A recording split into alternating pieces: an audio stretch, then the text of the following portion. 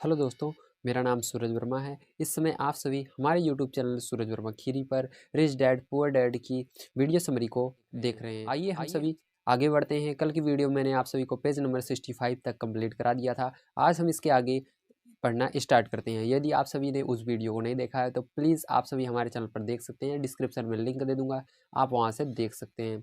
आइए स्टार्ट करते हैं वीडियो को। देखिए यहाँ पर हम देखेंगे पेज रॉबर्ट कियोसाकी कि पिताजी इनको क्या सबक सिखा रहे हैं। ठीक है, इस सबक के अंदर बहुत सारी चीज़ें हैं जो इन्होंने सिखा दी है। अब कुछ चीज़ें बची हुई हैं जिसको हम पढ़ लेते हैं। देखो, स्कूल बहुत ज़्यादा महत्वपूर्ण है। आप स्कूल इसलिए जाते हैं ताकि आप वहाँ कोई कला या व्यवसाय सीख सकें और इस तरह से आप समाज में योगदान दे सकें। यहाँ पर इनके पिताजी कहते हैं आप स्कूल इसलिए जाते हैं ताकि आप स्कूल में बहुत सारी योग्यताएं सीख सकें और उस योग्यताओं से अपने समाज में कुछ योगदान दे सकें। हर समाज में शिक्षकों, डॉक्टरों, मैकेनिकों, कलाकारों, रसोइयों, व्यवसायिक लोगों, पुलिस और अफसरों, दमकल कर्मियों और सिपाहियों की ज़रूरत होती है। हमारे समाज में बहुत सारे व्यक्तियों की ज़रूरत है, जैसे कि शिक्षकों, डॉक्टरों में मैकेनिकों, कलाकारों इत्यादि। इन सब की ज़रूरत पड़ती रहती है। स्कूल उन्हें ये सब सिखाते हैं ताकि हमारा समाज विकसित हो सके और हमारी संस्कृति समृद्ध हो सके। अमीर डैडी ने कहा। यहाँ पर बताते हैं कि ये जो चीज़ें आपको मैंने बताई, इन सब को सिखाने का काम स्कूल करता है ताकि हमारा समाज मजबूत हो सके। दुर्भाग्य से कई लोगों के लिए स्कूल शिक्षा का अंत होता है, शुरुआत नहीं। यहाँ पर कह रहे हैं बहुत से लोग ये सोचते हैं कि स्कूल की अगर शिक्षा ख़त्म कर ली जाए तो उसके बाद पढ़ने की ज़रूरत नहीं है, लेकिन मेरा मानना है कि यहाँ से आपकी असली शिक्षा शुरू होती है। एक लंबी खामोशी छाई रही। अमीर डैडी मुस्कुरा रहे थे। उस दिन उन्होंने जो कहा था वह मेरी पूरी तरह से नहीं समझ में आया था। यहाँ पर कहते हैं उस दिन जो मेरे डैडी ने मुझसे कहा था, उस दिन वो सारी चीज़ें मेरे पूरे समझ में नहीं आई थी और मैं उसे समझ नहीं पाया था। परंतु ज़्यादातर महान शिक्षकों के शब्द सालों तक हमें सिखाते रहते हैं। कहते हैं ज़्यादातर जो महान शिक्षक होते हैं वो शब्द हमको सालों तक सिखाते रहते हैं, बताते रहते हैं, पढ़ाते रहते हैं। उनके शब्द इसी तरह से आज भी मेरे साथ हैं। कहते हैं जिस तरह से शिक्षकों के शब्द हर उस इंसान के साथ रहते हैं जो कि उसको सीखता है, उसी प्रकार से उनके कही गई हर बात अब मेरे साथ आज भी मौजूद है। मैं आज थोड़ा निर्मम हूँ, अमीर डैडी ने कहा। अब इनके डैडी कहते हैं मैं थोड़ा सा आज निर्मम हूँ। एक वजह से निर्मम हूँ। मैं चाहता था कि तुम लोग जो आज की ये चर्चा हमेशा याद रहे। कहते हैं मैं आज इसलिए निर्मम हूँ ताकि तुम लोगों को ये जो मैं आज बातें कर रहा हूँ ये तुम्हें ज़िंदगी भर याद रहे। मैं चाहता हूँ कि तुम लोग हमेशा मिसेस मार्टिन के बारे में सोचो। मैं चाहता हूँ कि तुम हर समय उस मिसेस मार्टिन जो कि इनकी माँ से थोड़ा ज़्यादा उम्र की हैं उनके बारे में सोचो। मैं चाहता हूँ कि तुम लोग हमेशा उस गधे के बारे में सोचो। और कहते हैं मैं चाहता हूँ कि तुम दोनों हमेशा उस गधे के बारे में सोचो जिसके सामने गाजर लटकाई हुई है। उन्हें कभी मत भूलना और इन्हें तुम भूल कर भी मत भूलना।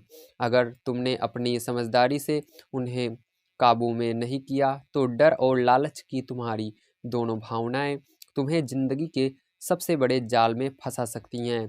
कहते हैं अगर तुम दोनों ने समझदारी से इन दो चीज़ों को, डर को और लालच को काबू में नहीं किया तो ये तुम्हें ज़िंदगी के सबसे बड़े जाल के अंदर फंसा सकती हैं, जो कि होता है पैसे के लिए काम करना। इसके अंदर तुम दोनों फंस जाओगे। अपनी ज़िंदगी को डरते डरते गुजारना, अपने सपनों को पूरा न करना, तुम्हारी ज़िंदगी डर के कारण बीतेगी और तुम अपने सपने कभी पूरे नहीं कर पाओगे। ये सोचा जाए कि पैसा से खरीदी गई चीज़ें सुख दे सकती हैं। अगर ये सोचा जाए कि पैसे से खरीदी गई चीज़ें आपको सुख दे सकती हैं, बिल चुकाने के डर से घबरा कर आधी रात को जागना जीने का एक भयानक तरीका है। कहते हैं जब आपके घर का बिल आता है तो उसके कैसे भरा जाए उसको सोच करके आधी रात को यदि आपकी नींद खुलती है तो ये सबसे भयानक डर होता है। तनख्वाह के हिसाब से ज़िंदगी जीना भी कोई जीना है। ये सोचना कि कोई नौकरी आपको सुरक्षा का एहसास दे सकती है, खुद से झूठ बोलना है। कहते हैं तनख्वाह के सहारे ज़िंदगी को नहीं जिया जा सकता। ये आप अपने आप से झूठ बोल रहे हैं। नौकरी किसी को भी सुरक्षा नहीं दे सकती, ये सरासर झूठ है। यह निर्ममता है और यही वह जाल है जिससे मैं तुम्हें बचाना चाहता हूँ। मैंने देखा है कि पैसा किस तरह से लोगों की ज़िंदगियों को चलाता है। कहते हैं ये निर्ममता है और यही वो जाल है जो कि लोगों को लोगों की ज़िंदगियों को पैसा किस तरह से चलाता है ये मैं जानता हूँ, इसलिए मैं तुम्हें इस जाल से बचाना चाहता हूँ।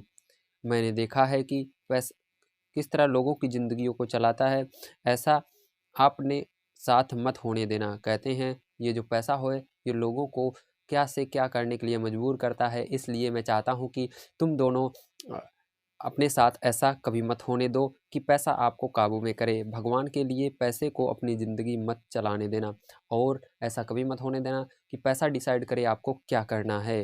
ये बहुत ये बहुत बुरी चीज़ है कि पैसे के लिए काम किया जाए। हमारी मेज़ के नीचे सॉफ्ट बॉल आ गई।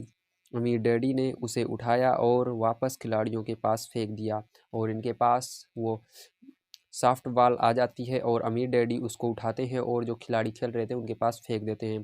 तो अज्ञान का लालच और डर से क्या ताल्लुक है? मैंने पूछा। कहते हैं अज्ञान से और लालच से क्या ताल्लुक है मैं समझ नहीं पाया हूँ। ये पैसे का अज्ञान ही है जिसकी वजह से इतना लालच और इतना डर पैदा होता है। कहते हैं ये पैसे का लालच है जिसके कारण अज्ञान पैदा होता है और जिसकी वजह से लालच भी पैदा होती है।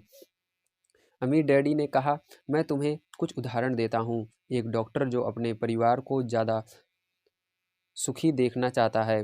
कहते हैं एक डॉक्टर है जो कि अपने परिवार को बहुत ज़्यादा सुखी देखना चाहता है, अपनी फ़ीस बढ़ा देता है। वो पैसा कमाने के लिए अपनी फ़ीस को बढ़ा देता है अपने परिवार को खुश रखने के लिए। उसकी फ़ीस बढ़ने की वजह से स्वास्थ्य सुविधाएँ हर एक के लिए महँगी हो जाती हैं और उसकी फ़ीस बढ़ने से हर एक की सुविधाएँ महँगी हो जाती हैं जिससे कि लोग स्वस्थ हो सकते हैं, वो सुविधाएँ महँगी दामों पर मिलने लगती हैं। उसकी फ़ीस बढ़ने की वजह से स्वास्थ्य सुविधाएँ हर एक के लिए महँगी हो जाती हैं।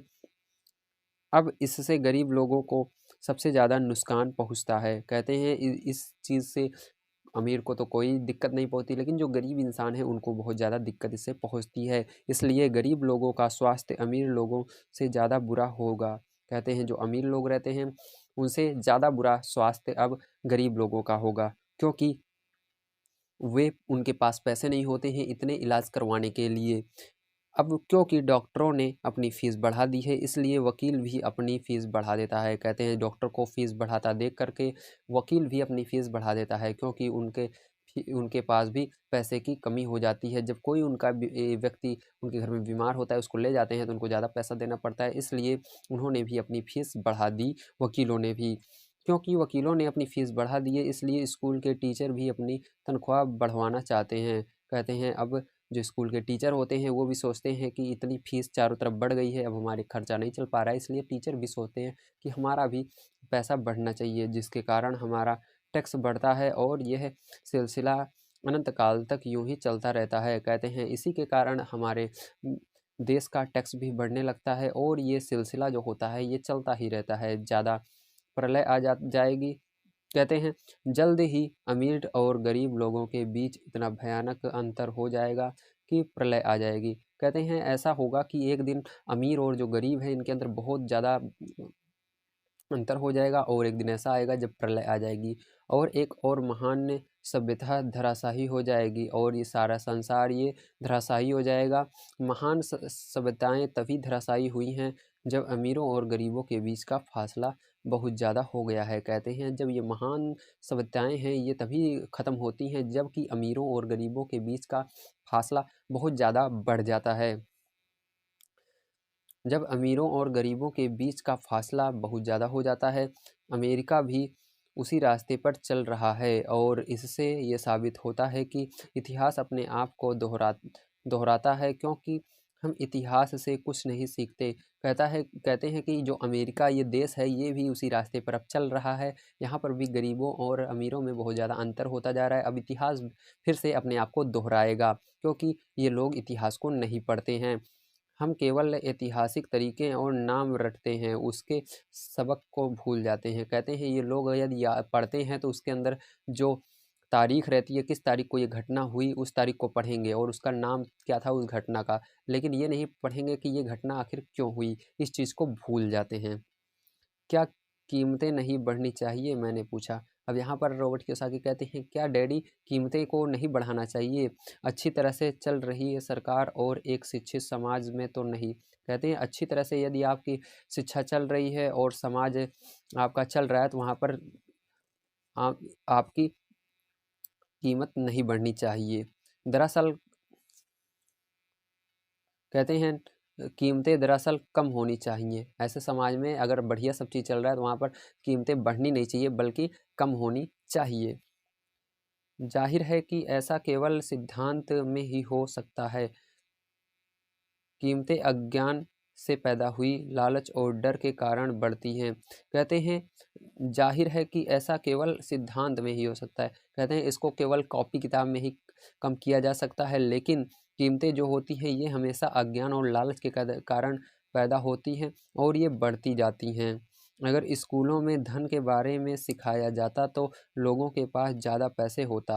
कहते हैं अगर ये बातें जो धन की बातें होती हैं, पैसा कमाने की बातें होती हैं, स्कूलों में यदि सिखाया जाता तो आज जो व्यक्ति होते हैं वो बहुत ज़्यादा अमीर होते हैं, उनके पास बहुत ज़्यादा धन होता और बाज़ार की कीमतें भी कम होती और जो बाज़ार में सब्जियां हर चीज़ महंगी हैं वो भी चीज़ें सस्ती दाम पर मिलती। परंतु स्कूल में सिर्फ पैसे के लिए काम करना सिखाया जाता है। कहते हैं स्कूल में हमें केवल पैसे के लिए काम करना सिखाया जाता है, पैसा कैसे हमारे पास आए इस बारे में सिखाया जाता है। पैसे की ताकत का इस्तेमाल नहीं सिखाया जाता। कहते हैं पैसे का कैसे इस्तेमाल किया जाए इस बारे में हमको स्कूलों में नहीं सिखाया जाता। परंतु हमारे यहाँ बिजनेस स्कूल भी हैं। माइक ने पूछा, क्या आप मुझे अपनी मास्टर्स डिग्री के लिए बिजनेस स्कूल जाने के लिए प्रेरित नहीं कर रहे हैं? कहते हैं परंतु यहाँ पर बिजनेस स्कूल भी हैं, यहाँ पर हमारे यहाँ बिजनेस स्कूल है जहाँ पर ये सारी चीज़ें सिखाई भी जाती हैं। क्या और माइक कहते हैं क्या आप अपनी मास्टर डिग्रियों के लिए मुझे बिजनेस स्कूल में जाने के लिए प्रेरित नहीं कर रहे हैं? मुझे ऐसा लग रहा है कि आप मुझे कह रहे हैं कि बिजनेस स्कूल में मुझे जाना चाहिए। हाँ, अमीर डैडी ने कहा, हाँ मैं यही चाहता हूँ, तुम जाओ। परंतु अक्सर ऐसा होता है कि यह बिजनेस स्कूल ऐसे कर्मचारियों को प्रशिक्षित करते हैं जो परिष्कृत बीन अकाउंट्स होते हैं। कहते हैं जो ये बिजनेस स्कूल होते हैं ये ऐसे लोगों को ही प्रशिक्षित करते हैं जो परिष्कृत बीन अकाउंट्स होते हैं। ईश्वर ही मालिक है। जब कोई बीन अकाउंट्स बिजनेस संभाल ले, कहते हैं जब कोई बीन्स अकाउंट बिजनेस को संभाल लेता है वह सिर्फ संख्या को देखते हैं, लोगों को निकालते हैं और बिजनेस का गला घोट देते हैं। कहते हैं जब वो बन जाते हैं तो क्या देखते हैं, केवल संख्या देखते हैं, लोगों को वो निकाल देते हैं और बिजनेस का गला घोट देते हैं। मैं जानता हूँ क्योंकि मैं बीन अकाउंट्स से काम लेता हूँ। कहते हैं अब मैं जान चुका हूँ क्योंकि मैं बीन अकाउंट्स से काम लेता हूँ। वे सिर्फ इतना ही सोचते हैं कि लागत कैसे कम की जाए।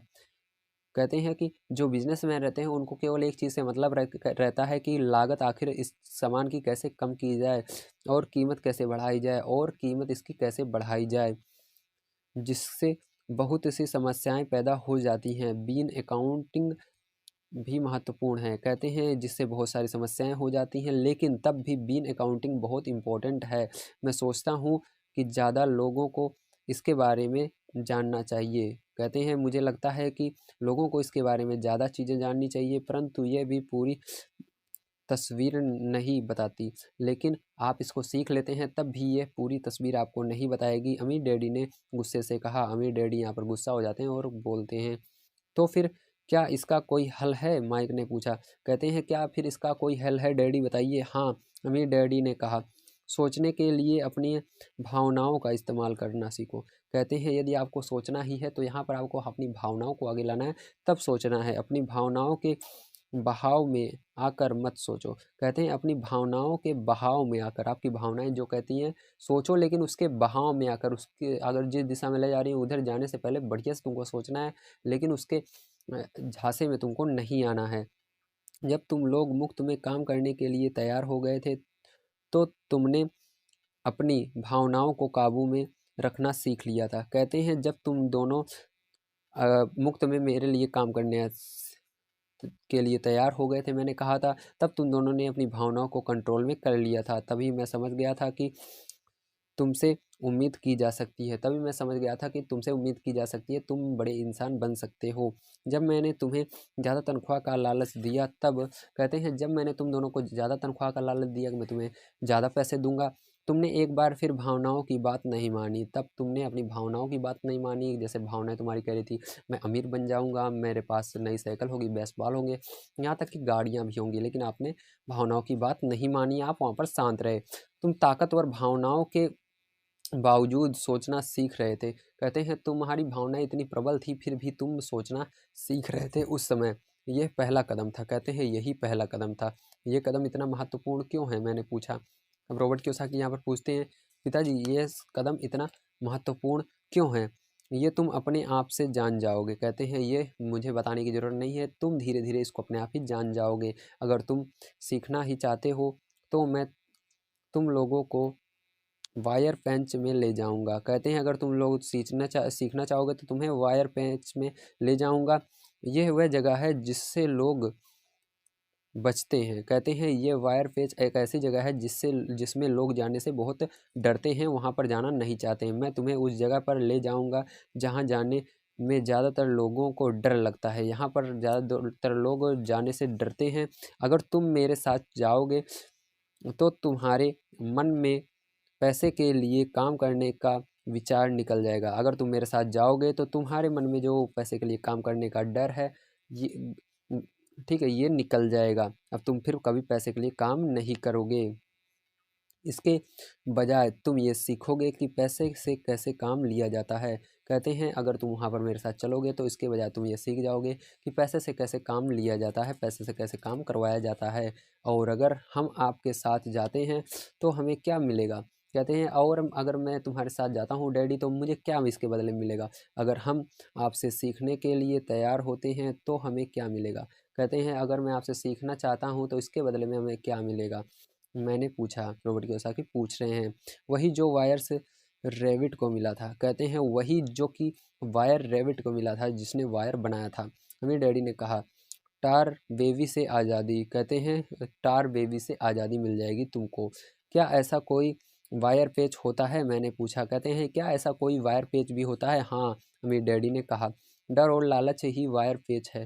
कहते हैं वो डर और लालच का दूसरा नाम वायर पेच है। अपने डर से पीछा छुड़ाकर, अपने लालच का सामना करके, अपनी कमजोरियों और ज़रूरतों को पहचान कर ही हम बाहर निकलने के रास्ते तक पहुंच सकते हैं। कहते हैं यहाँ पर इनको बताते हैं यदि हम डर से पीछा छुड़ा दें और लालच से बच जाएं और कमजोरियों और ज़रूरतों को पहचान लें तो हम इससे बाहर निकल सकते हैं। और बाहर निकलने का रास्ता हमारे दिमाग से होकर गुजरता है सही विचार को चुनने से। कहते हैं और बाहर निकलने का रास्ता हमारे दिमाग से होकर के गुजरता है, हमारे मस्तिष्क से होकर गुजरता है सही विचार को पकड़ करके। विचारों को चुनने से, माइक ने आश्चर्यचकित होकर पूछा।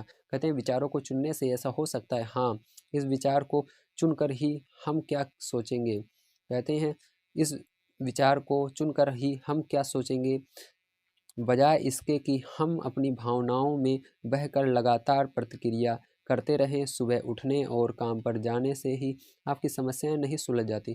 कहते हैं बजाय इसके कि आप भावनाओं में बहकर लगातार प्रतिक्रिया करते रहें। ठीक है, आपको भावनाओं में बह करके लगातार प्रतिक्रिया नहीं करनी है। यह भी नहीं करना है, सुबह उठना है और अपने काम पर जाना है। इससे आपकी समस्याएं भी नहीं सुलझेगी क्योंकि बिल बिल चुकाने के लिए पर्याप्त पैसा ना होने का डर आपको सताता रहेगा। कहते हैं जब आपका बिल आएगा तो आप उसको देखेंगे तब आप डरते रहेंगे और ये डर आपको सताता रहेगा क्योंकि आपको पास बिल चुकाने के पैसे नहीं हैं। सोचने से आपको खुद से एक सवाल पूछने का समय मिलता है। कहते हैं जब आप सोचते हैं तो इससे खुद से एक सवाल पूछने का समय मिलता है। इस तरह का सवाल कहते हैं इस तरह का सवाल क्या इस समस्या का सबसे बढ़िया समाधान इस पर और ज़्यादा मेहनत करना है। इस तरह का सवाल जैसे मैं अब पूछ रहा हूँ, ध्यान से सुनिएगा। क्या इस समस्या का सबसे बढ़िया समाधान इस पर और ज़्यादा मेहनत करना है। कहते हैं क्या इस समस्या से बाहर निकलने का यही रास्ता है कि इस पर और ज़्यादा मेहनत की जाए। ज़्यादातर लोग इतनी बुरी तरह घबराए होते हैं कि वे खुद अपने आप को असली बात नहीं बताते।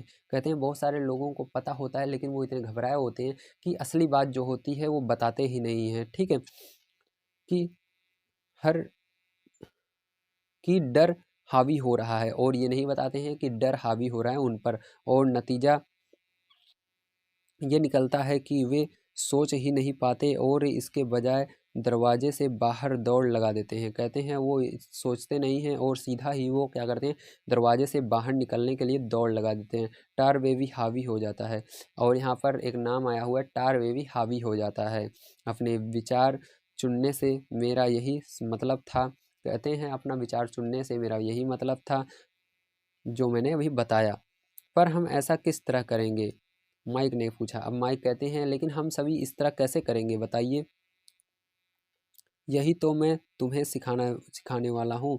मैं तुम्हें ये सिखाऊंगा कि तुम्हारे पास चुनने के लिए विचारों के विकल्प होने चाहिए। कहते हैं अब मैं यही बात तुमको सिखाने जा रहा हूँ कि तुम्हारे पास बहुत सारे ऐसे विचार होने चाहिए जिसको तुम चुन सको, ताकि तुम हड़बड़ी में काम करने से बच सको। कहते हैं अगर तुम्हें हड़बड़ी हो तब भी तुम काम कौन सा करना है कौन सा नहीं करना है उससे बच सको। जैसा अपनी सुबह की कॉफ़ी पीकर दरवाजे से बाहर दौड़ लगाने की आदत से। कहते हैं इस तरह की आदत जैसे कि आप तुरंत कॉफ़ी पीते हैं और तुरंत ऑफिस के लिए बाहर दौड़ लगा देते हैं। मैंने तुमसे जो पहले कहा था उसे याद रखो। नौकरी दीर्घकालीन समस्या का आपातकालीन हल है। कहते हैं यदि आप सभी लंबे समय तक की समस्याओं को सॉल्व करना चाहते हैं तो नौकरी उसकी दीर्घकालीन है, मतलब अल्पकालीन है, मतलब वो थोड़े समय के लिए आपको उस समस्या को दूर कर सकती है, हमेशा के लिए दूर नहीं कर सकती। इसलिए नौकरी के सहारे आप कभी भी सारी समस्याओं को सॉल्व कर ही नहीं सकते। ज़्यादातर लोगों के दिमाग में सिर्फ एक समस्या होती है और ये थोड़ा समय की होती है। कहते हैं ज़्यादातर लोगों के दिमाग में एक समस्या होती है और जो ये समस्या होती है थोड़े ही समय के लिए होती है। ये समस्या होती है महीने के आखिरी में चुकाए जाने वाले बिल, यानी टार बेबी। कहते हैं यहाँ पर समस्या जो होती है ये सबसे ज़्यादा समस्या इसी बात की होती है कि महीने के आखिरी में जो बिजली का बिल आएगा उसे किस तरह से चुकाना है, जिसको इन्होंने दूसरा नाम दिया टार बेबी। अब पैसा उनकी ज़िंदगी चलाता है, या मैं यह कहूँ कि पैसे को लेकर उनका डर और अज्ञान उनकी ज़िंदगी चलाते हैं। कहते हैं यहाँ पर अब क्या होता है, अब जो ये पैसा होता है उनकी ज़िंदगी को चला रहा है, या दूसरे शब्दों में कहें ये जो डर है या अज्ञान है वो उनकी ज़िंदगी को चलाते हैं। तो वे वही करते हैं जो उनके माँ बाप ने किया था। कहते हैं वो उसी रास्ते पर चलना स्टार्ट कर देते हैं जिस पर उनके माता पिता ने चला था। सुबह उठो और पैसे के लिए काम करो। सुबह उठते ही पैसे के लिए काम करना शुरू कर देते हैं। वे इतना समय भी नहीं निकाल पाते कि ये सोच सकें क्या कोई दूसरा तरीका है, और ये इतना भी समय नहीं निकाल पाते अपने लिए कि क्या कोई और दूसरा तरीका भी है। इस वक्त वे दिल से सोचते हैं, दिमाग से नहीं। कहते हैं ये हमेशा ये ऐसे लोग हमेशा दिल से सोचते हैं, दिमाग का प्रयोग नहीं करते। दिल से सोचने और दिमाग से सोचने में क्या फ़र्क होता है? माइक ने पूछा। अब कहते हैं दिल से सोचने और दिमाग से सोचने में क्या फ़र्क है डैडी बताइए? अमीर डैडी ने जवाब दिया, मैं इस तरह के जुमले अक्सर सुनता हूँ। कहते हैं मैं इस तरह के जुमले, इस तरह के जोक हमेशा सुनता हूँ। हर आदमी को काम करना पड़ता है। जैसे कि हर आदमी को काम करना पड़ता है, या अमीर लोग शोषक होते हैं, या अमीर लोग जो होते हैं ये ज़्यादा शोषक होते हैं, लोगों को पागल बनाते हैं और उनका पैसा हड़प लेते हैं। ठीक है, या मैं दूसरी नौकरी ढूंढ लूँगा, या ये सुनते हैं मैं दूसरी नौकरी ढूंढ लूँगा, मेरी तनख्वाह बढ़नी चाहिए, या ये भी सुनते हैं मेरी अब तनख्वाह बढ़नी चाहिए। आप इस तरह मेरे शोषण नहीं कर सकते, या आपको बहुत सारे लोग मुझसे ये भी कहते हैं कि आप मेरा इस तरह से शोषण नहीं कर सकते, या मैं इस नौकरी को इसलिए पसंद करता हूँ क्योंकि यह सुरक्षित है। इसके बजाय हमें यह कहना चाहिए क्या यहाँ ऐसा कुछ है जो मुझे नहीं मिल रहा है? कहते हैं बहुत सारे लोग मैं इस नौकरी को इसलिए पसंद करता हूँ क्योंकि ये सुरक्षित है, इसके अंदर कोई रिस्क नहीं है। इसके बजाय हमेशा ये कहना चाहिए कि यहाँ क्या यहाँ ऐसा कुछ है जो मुझे नहीं मिल रहा है? इसके बजाय क्या कहना चाहिए? इसके बजाय ये कहना चाहिए कि इसके अंदर कुछ ऐसा है जो मुझे नहीं मिल रहा है। इस तरह भावना पर आधारित हमारे विचारों की जंजीर टूट जाएगी। और अगर आप ऐसा प्रश्न करते हैं तो आपके भावनाओं की जंजीर को तोड़ दिया जाएगा और हमें ज़्यादा अच्छे तरीके से सोचने का मौका मिल जाएगा और आपको थोड़ा समय मिल जाएगा सोचने के लिए। मुझे मानना ही पड़ेगा कि मेरे लिए ये सबक एक महान सबक साबित हुआ। कहते हैं यहाँ पर रॉबर्ट कियोसाकी कि अब मुझे मानना ही पड़ेगा जो मेरे डैडी ने बताया, ये मेरे लिए एक महान सबक साबित हुआ। ये जानना कि कब कोई आदमी दिल से बोल रहा है और ये जानना कि कब कौन सा आदमी दिल से बोल रहा है और कब दिमाग से, और कब कौन सा आदमी दिमाग से बोल रहा है। किसके शब्दों में भावनाएं छुपी हुई हैं और यहाँ पर ये भी पहचान लेते हैं कि किसके शब्दों में भावनाएं छुपी हुई हैं और किसके शब्दों में विचार, और किसके शब्दों में उसके विचार छुपे हुए हैं। ये एक ऐसा सबक था जो ज़िंदगी भर मेरे काम आया और यहाँ पर जो इनके अम्मी डैडी ने इनको बताया, ये एक ऐसा सबक साबित हुआ इनके लिए जो इनको ज़िंदगी भर काम आया। ख़ास तौर पर तब जब मैं अपने दिल से यानी अपनी भावनाओं से बोल रहा था। ख़ास तब इनको ये बातें समझ में आ रही थी जब ये हर चीज़ अपने दिमाग से, अपनी भावनाओं से बोल रहे थे, अपने दिल से नहीं बोल रहे थे। ना कि अपने विचार या दिमाग से, और ना कि अपने विचार या दिमाग से। जब हम स्टोर की तरफ वापस मुड़े तो अमीर डैडी ने यह कहा कि अमीर लोग हकीकत में पैसा बनाते हैं। जब ये स्टोर की तरफ मुड़ने ही वाले थे तब ही इनके डैडी ने कहा कि जो अमीर लोग रहते हैं ये पैसा बनाते हैं, वे इसके लिए काम नहीं करते, वे इसके लिए काम कभी नहीं करते हैं। उन्होंने यह भी बताया कि 5 सेंट के सिक्के से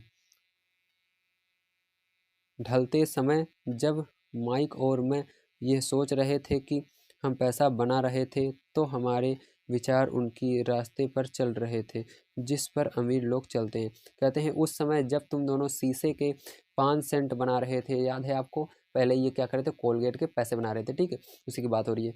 जब ये 5 सेंट के सिक्के बना रहे थे तब ये दोनों उसी रास्ते पर चल रहे थे जिस पर अमीर लोग चलते हैं।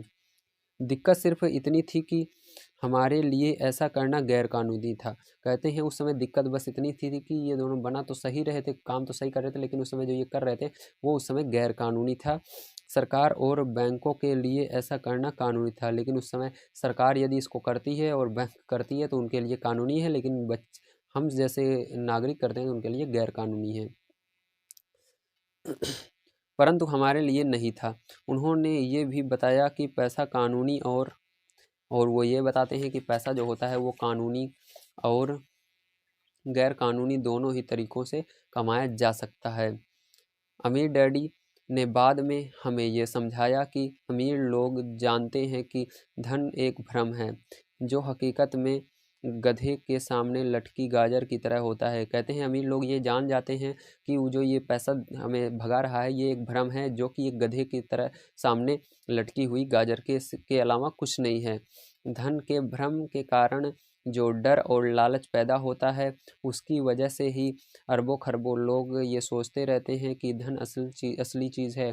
धन दरअसल एक मायाजाल है।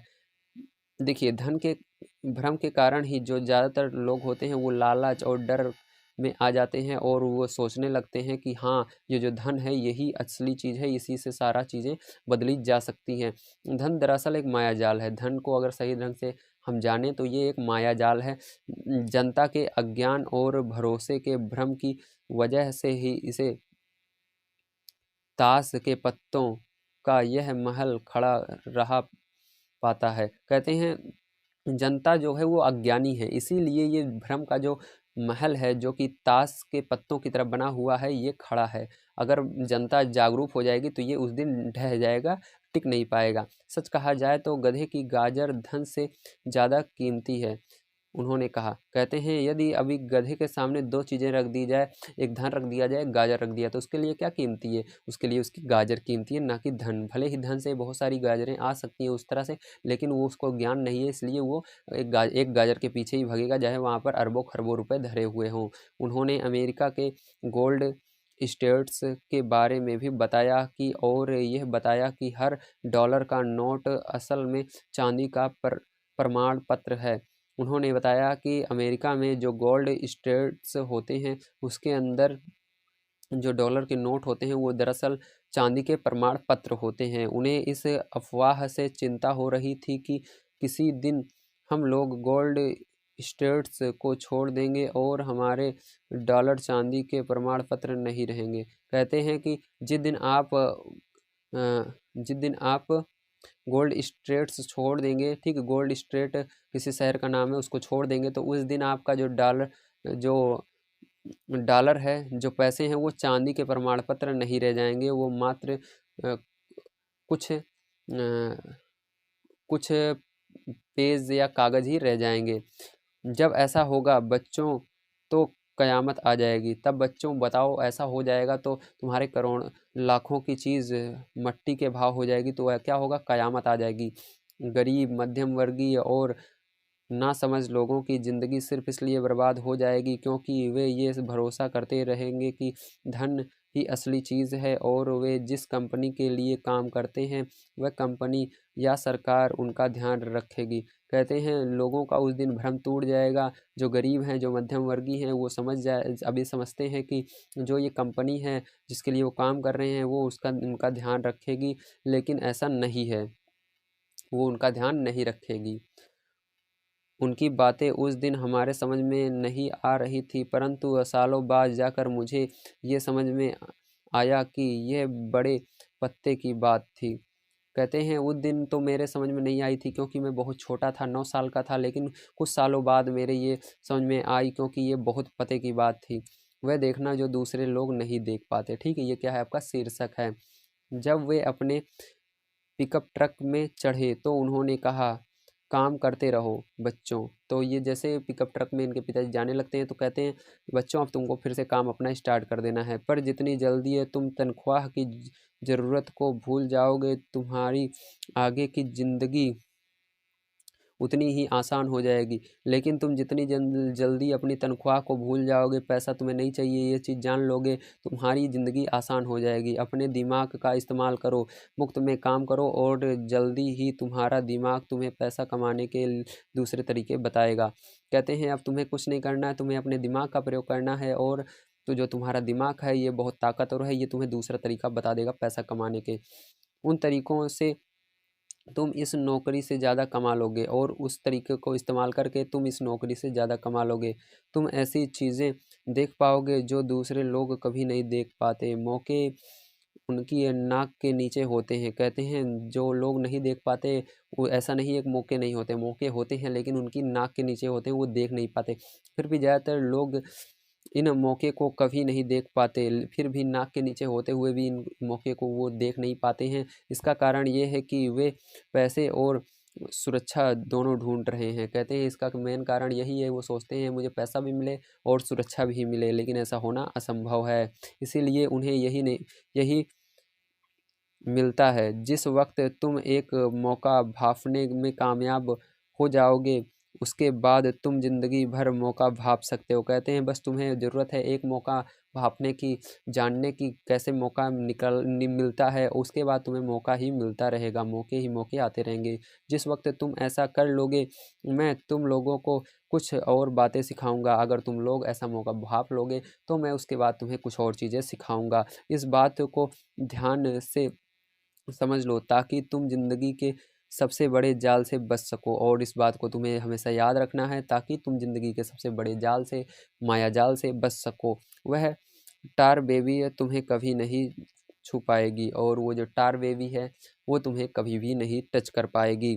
माइक और मैंने स्टोर से अपनी चीज़ें उठाई और मिसेस मार्टिन से गुड बाय कहा और ये दोनों क्या करते हैं, अपनी अपनी चीज़ें उठाते हैं, सामान को उठाते हैं और मिसेस मार्टिन जो होती हैं उनसे गुड बाय कहते हैं। हम वापस पार्क गए, उसी पिकनिक बेंच पर बैठे और वहाँ घंटों तक सोचते रहे और बातें करते रहे। कहते हैं वहाँ गुड बाय करने के बाद हम दोनों फिर से वहीं पर गए जहाँ हमारे डैडी ने ले गए थे। उसी बेंच पर बैठे और घंटों तक सोचते रहे। हमने अगला हफ्ता स्कूल में इसी बारे में सोचते और बातें करते हुए बिताया और ये दोनों एक हफ्ता और इसी तरह से बातें करते हुए बिताते हैं। 2 सप्ताह तक हम लोग सोचते रहे, बातें करते रहे और मुफ्त में काम करते रहे और 2 सप्ताह तक ये दोनों बातें करते रहते हैं, काम करते रहते हैं और मुफ्त में काम करते हैं और इसी तरह सोचते रहते हैं और ऐसे समय बिताते रहते हैं। दूसरे शनिवार के आखिरी में मिसेस मार्टिन से दोबारा गुड बाय कर रहा था और कॉमिक बुक स्टैंड को ललचाई नज़र से देख रहा था। कहते हैं शनिवार का दिन रहता है, मिसेस मार्टिन से मैं गुड बाय कर रहा था और कॉमिक्स बुक के स्टोर को मैं ललचा कर देख रहा था कि मैं इसको खास पढ़ पाता। हर शनिवार 30 सेंट न मिलने की में सबसे दुखद बात ये थी कि मेरे पास कॉमिक्स खरीदने के लिए बिल्कुल भी पैसे नहीं थे। जो इनको पहले 30 सेंट मिलते थे उससे ये कॉमिक्स खरीद लेते थे, लेकिन अब 30 सेंट नहीं मिलते हैं, तो इसके कारण ये कॉमिक्स भी नहीं पढ़ पाते हैं। यही इनको दुख हो रहा है। मैंने उन्हें एक ऐसा काम करते देखा था। देखो, अचानक जब मिसेस मार्टिन मुझे और माइक को गुड बाय कर रही थी, ठीक है, जब इनको मिसेस मार्टिन गुड बाय कर रही थी तो क्या होता है ध्यान समझना, उन्हें एक ऐसा काम करते देखा जो इसके पहले कभी नहीं देखा था और ये दोनों इसके पहले कभी उनको ऐसा काम करते हुए नहीं देखते हैं। मेरा मतलब है कि मैंने इसके पहले उन्हें ऐसा करते देखा तो था, पर उस पर ध्यान नहीं दिया था, लेकिन ये देखे तो थे उनको वो काम करते हुए, लेकिन उस पर ये ज़्यादा ध्यान नहीं दिए थे। मिसेस मार्टिन ने कॉमिक्स के पहले पेज को आधा काटा और उसे संभाल कर अपने पास रख लिया। कहते हैं कॉमिक्स का आधा पन्ना फाड़ती हैं, पहला पेज फाड़ लेती हैं और उसको अपने पास संभाल कर रख लेती हैं। बाकी की पुस्तक को उन्होंने एक बड़े से भूरे कार्डबोर्ड के डिब्बे में डाल दिया और पूरी बुक रहती है उसको एक कार्डबोर्ड रहता है उसके अंदर डाल देती हैं। जब मैंने उनसे पूछा कि वे इन कॉमिक्स का क्या करेंगी तो उन्होंने कहा, अब ये उनसे पूछ लेते हैं इसका क्या करोगी? मैं उन्हें फेंक देती हूँ। और क्या करती कहती हैं, मैं इसे फेंक देती हूँ। जब वह नई कॉमिक्स लाता है तो मैं ऊपर के आधे कवर को क्रेडिट के लिए कॉमिक्स बुक डिस्ट्रीब्यूटर को दे देती हूँ। कहते हैं जब वो नई कॉमिक्स लाता है तो उसके कवर को मैं फाड़ लेती हूँ और क्रेडिट देने के लिए कि तुम्हारी बहुत ही अच्छी मुझको बुक लगी, उसको फाड़ करके ये क्या कर लेती हूँ, डीलर के पास जाती हैं और उसको दे देती हैं। वह 1 घंटे में आने ही वाली है। और कहते हैं वो जो है डीलर है वो 1 घंटे में बस आने वाला है, इसलिए वो ले रखी है, उसको दे देंगी। माइक और मैंने 1 घंटे तक इंतज़ार किया। जल्द ही वह डिस्ट्रीब्यूटर आया। कहते हैं हम दोनों भी देखने के लिए इंतज़ार करने लगे और वो जल्द ही वहाँ पर आया। मैंने उससे पूछा कि क्या हमें कॉमिक्स मिल सकती है? इस पर उसने जवाब दिया। अब ये भी दोनों पूछते हैं मुझे भी कॉमिक्स चाहिए, तो वो क्या कहता है, आपको मिल सकती है अगर आप इस स्टोर में काम करते हैं। कहते हैं आपको मिल तो सकती है लेकिन आपको इस स्टोर में काम करना पड़ेगा। अगर आप ये वादा करें कि आप उन्हें दोबारा नहीं बेचेंगे, लेकिन आपको एक वादा भी करना पड़ेगा कि आप उसके दोबारा नहीं बेचेंगे एक बार बेचने के बाद। हमारी पार्टनरशिप एक बार फिर कायम हो गई थी। माइक की मम्मी ने बेसमेंट में हमें एक खाली कमरा दे दिया। अब जो इनकी माइक की मम्मी होती हैं ये क्या करती हैं, इनको बेसमेंट में यानी बाहर की ओर सड़क की ओर एक खाली कमरा दे देती हैं जो उनके किसी एक काम का नहीं था। हमने उसकी साफ सफाई करके उसमें सैकड़ों कॉमिक्स जमा कर ली। जल्द ही हमारी कॉमिक्स लाइब्रेरी लोगों के लिए खोल दी गई। अब यहाँ पर ये सैकड़ों को यानी 100 कॉमिक्स से ज़्यादा रख लेते हैं और यहाँ पर क्या करते हैं ये एक लाइब्रेरी खोल लेते हैं। माइक की छोटी बहन को पढ़ने का बहुत शौक था, इसीलिए हमने उसे अपना लाइब्रेरियन बना दिया। अब उसको भी पढ़ने का बहुत शौक था कॉमिक्स, इसलिए कहा तुम भी हमारी लाइब्रेरी में रहो और यहाँ पर पढ़ो। लाइब्रेरी में आने वाले कॉमिक्स पढ़ने के लिए वह हर बच्चे से 10 सेंट लेती थी। अब जो उस कॉमिक्स में को पढ़ता था उससे 10 सेंट लेती थी। स्कूल ख़त्म होने के बाद हर दोपहर 2:30 से 4:30 तक लाइब्रेरी खुलती थी। अब 2:30 से लेकर 4:30 तक मतलब 2 घंटे लाइब्रेरी खोल दिया जाता था। पड़ोसी के बहुत से बच्चे पड़ोस के बहुत से बच्चे इसके ग्राहक बन गए थे। अब बहुत से ऐसे बच्चे थे जो कि ग्राहक बन गए थे, जो कि रोज़ आते थे और पढ़ते थे और वो जितनी कॉमिक्स पढ़ना चाहते थे 2 घंटे में पढ़ सकते थे और ये 2 घंटे में खूब कॉमिक्स पढ़ा करते थे। ये उनके लिए बहुत बढ़िया सौदा था क्योंकि एक कॉमिक्स की कीमत 10 सेंट होती थी और 2 घंटे में वो 5 या 6 कॉमिक्स पढ़ लेते थे। यहाँ तक अगर वो खरीदें एक कॉमिक्स तो उसकी कीमत 10 सेंट होती थी, उस तरह खरीदें और लेकिन वो 2 घंटे में 6 कॉमिक्स पढ़ लेते थे। अगर उनको खरीदा जाए तो वो 60 सेंट देना पड़ता, लेकिन वो 10 सेंट के अंदर ही 6 कॉमिक्स को पढ़ लिया करते थे। माइक की बहन लौटते समय बच्चों की तलाशी लेती थी और ये देखा करती थी कि वे अपने कपड़ों के भीतर कॉमिक्स छुपा कर तो नहीं ले जा रहे हैं। और वो देखती थी कि क्या ये बच्चे अपने कपड़ों के भीतर कॉमिक्स को छुपा कर तो नहीं ले जा रहे हैं।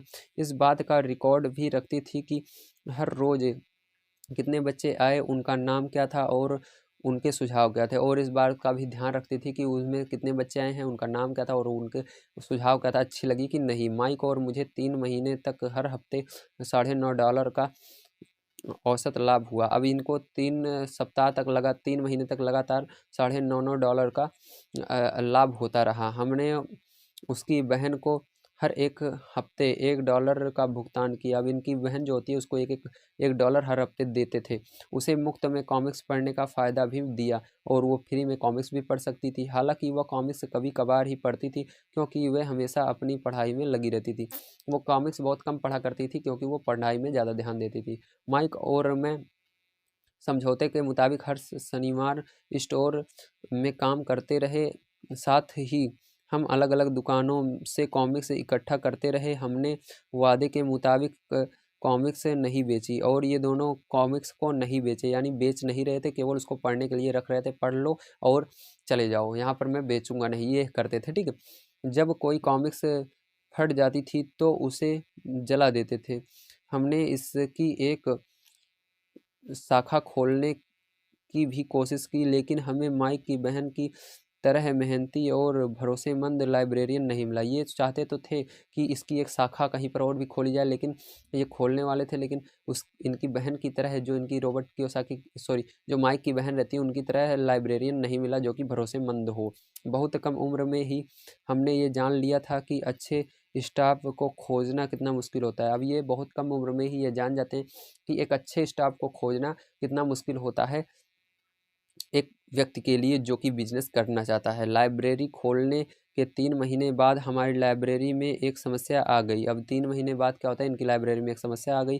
दूसरे मोहल्ले के कुछ गुंडे अंदर घुस आए और उन्होंने झगड़ा करना शुरू कर दिया। अब कुछ गुंडे घुस आते हैं और झगड़ा करने लगते हैं।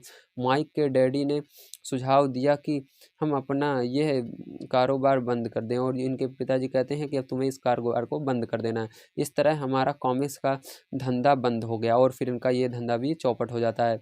हमने कन्वेंशन स्टोर पर हर शनिवार काम करना भी बंद कर दिया। अब ये उस स्टोर पर भी काम करना शनिवार को बंद कर देते, इनके पिताजी जहाँ पर कहे थे। फिर भी अमीर डैडी रोमांचित थे, क्योंकि उनके पास ऐसे बहुत सी नई बातें थी जो वे हमें सिखाना चाहते थे। लेकिन वो तब भी खुश थे, क्योंकि वे हम चाहते थे कि हम उनसे सीखें, और वो हमें सिखाते थे। वे खुश थे क्योंकि हमने उनके पहले सबक को इतनी अच्छी तरह से सीख लिया, और वो इसलिए भी खुश थे क्योंकि इन दोनों ने उनके सबक को सीख लिया था। स्टोर में नौकरी के बदले में पैसा नहीं मिलता था, इसीलिए हमें मजबूरन अपनी कल्पना शक्ति पर जोर डालना पड़ता, ताकि हम पैसा कमाने का कोई दूसरा तरीका ढूंढ सकें। और इसलिए इनको उस पर ज़्यादा पैसा नहीं मिलता था। ठीक है, इनको उस स्टोर पर ज़्यादा पैसा नहीं मिलता था नौकरी करने के लिए, इसलिए ये हमेशा सोचा करते थे कि हम ज़्यादा पैसा कैसे कमा सकते हैं। कॉमिक्स लाइब्रेरी हमारा अपना व्यवसाय था, और जो कॉमिक्स लाइब्रेरी था ये इनका खुद का व्यवसाय था। हमारा धन हमारे काबू में था, और इसके अंदर जो ये धन लगाए थे वो इनके काबू में था। वो जो चाहते थे वही होता था, और हम किसी मालिक के मोहताज नहीं थे, और यहाँ पर किसी के मालिक के मोहताज भी नहीं थे कि लोग इनको पैसा मांगे तो इनको मिले। इनके हाथ में सारा पैसा आता था। इसमें सबसे अच्छी बात ये थी कि हमारे व्यवसाय से हमें तब भी पैसा मिलता था जब हम वहाँ स्वयं मौजूद नहीं होते थे, और सबसे अच्छी बात तो ये थी कि इन्हें तब पैसा तब भी मिलता था जब ये वहाँ पर मौजूद नहीं हुआ करते थे। उस समय हम पैसे के लिए काम नहीं करते थे, बल्कि हमारा पैसा हमारे लिए काम करता था। लेकिन उस समय क्या होता था, जब ये वहाँ पर नहीं होते थे, इसका मतलब इनका पैसा काम कर रहा है, ये नहीं काम कर रहे हैं। ज़्यादा तनख्वाह देने के बजाय अमीर डैडी ने हमें इतनी बढ़िया नसीहत दे दी थी। अब ज़्यादा तनख्वाह ना दे करके इनके पिताजी ने इनको बहुत अच्छी नसीहत दी कि तुम्हें पैसे से काम लेना चाहिए। दोस्तों, आज की वीडियो समरी आप सभी को पसंद आई होगी। मैंने यहाँ पर बहुत सारी चीज़ें आप सबके लिए ऐड की है। आप सभी को ये वीडियो समरी बहुत अच्छी लगी होगी। क्या आप सभी को ये वीडियो समरी अच्छी लगी, ज़रूर बताइएगा। अगर आप ऐसी वीडियो समरी को देखना चाहते हैं तो आप सभी को हमारे चैनल को सब्सक्राइब करना है और वीडियो को दोस्तों तक शेयर करना है। मिलते हैं कल की वीडियो में दोस्तों। Take care, bye bye.